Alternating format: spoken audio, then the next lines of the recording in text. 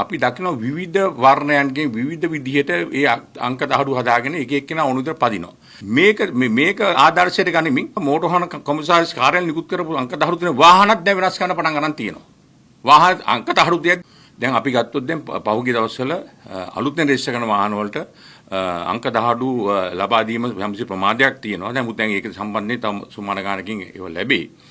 නමුත් ඒවා ලබා දෙනකොට විශේෂයෙන්ම මෝටර් වාහන ප්‍රමුඛ කාර්යාලයෙන් ඒ දැනුවත් කරනවා ඒ වාහන අයිතිකාරයන්ට කොහොමද ඒ තමන්ගේ වාහනේ අංකය සවි කරගන්නේ කියලා. විශේෂයෙන්ම ඉදිරිපස අංක දහඩුව සුදු පසුබිම යටතේ සහ කළු අකුරු සහ ඉලක්කම් සහිත වෙන්න ඕන. පිටිපස ප්‍රමිතිය ඒක තමයි ප්‍රමිතිය සහ ගැසට් නිවේදන වලින් ඒ සම්බන්ධ ප්‍රමිතිය නිවේදනය කරලා තියෙනවා.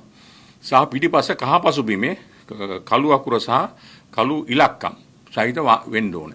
දැන් අපි දකින විවිධ වර්ණයන්ගෙන් විවිධ විදිහට ඒ අංක දහඩු හදාගෙන එක එක්කෙනා ඔනුදර පදිනවා. ඒකත් කමක් නැහැ කියමුකෝ. රයිට්. බදලා ඒක ප්‍රතිඵලයක් හැටියට අපිට යම්කිසි අවස්ථාවකදී යම්කිසි අනතුරක් කරොත් යම්කිසි අපරාධයක් කරොත් ඒ වාහන අංකය හොයාගන්න බලනකොට ඒ පැහැදිලි නැහැ. ඒක නිසා අපිට ගොඩක් දේවල් ඒක නිසා බාධා වෙනවා. මේක ආදර්ශයට ගනිමින් ඇත්ත වශයෙන්ම මෝටර් වාහන කොමසාරිස් කාර්යාලය නිකුත් කරපු අංක දහඩු තියෙන වාහනත් දැන් වෙනස් කරන්න පටන් ගන්න තියෙනවා. වාහන අංක දහඩු තියද්දී ගලවලා. රයිට්. ඒක විශේෂයෙන්ම ඒක නිසා කියන්න කැමතියි. දැන් මට කොට්ටාස් වාහන ධාරණ කීප දෙනෙක් කතා කරලා කිව්වා විශේෂයෙන් නීති විරෝධී වැඩ කරන පුද්ගලයන් තමයි වෙනස් කරන්නේ.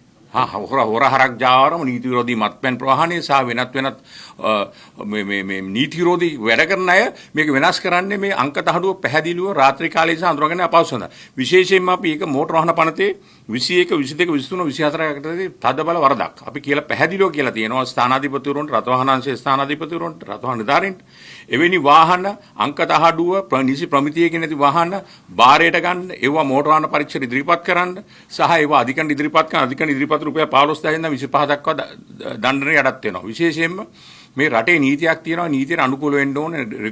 නීතිමය රෙගුලාසි ගැසට් නියෝජනය මේ රෙගුලාසි පනවලා තියෙනවා. මේ එක එක්කෙනාට ඕන විදිහට මේවා පාවිච්චි කරන්න බෑ. ඒවට ප්‍රමිතිය ඒවා නිසි ප්‍රමිතියක් ඇතුළත දක්වලා තියෙන්නේ. පැහැදිලිව කෙනෙකුට අඳුර ගන්න පුළුවන් විදිහට අංක දහඩුව. මේවා එක එක්කෙනාට ඕන විදිහට එක එක වර්ණ වලින් එහෙම කරන්න බෑ. මේ රට නීතියක් තියෙන රටක්. හරිද? ඒක නිසා ඒ පැහැදිලිවම කියන්නේ අපි නිලධාරීන්ට මේක උපදෙස්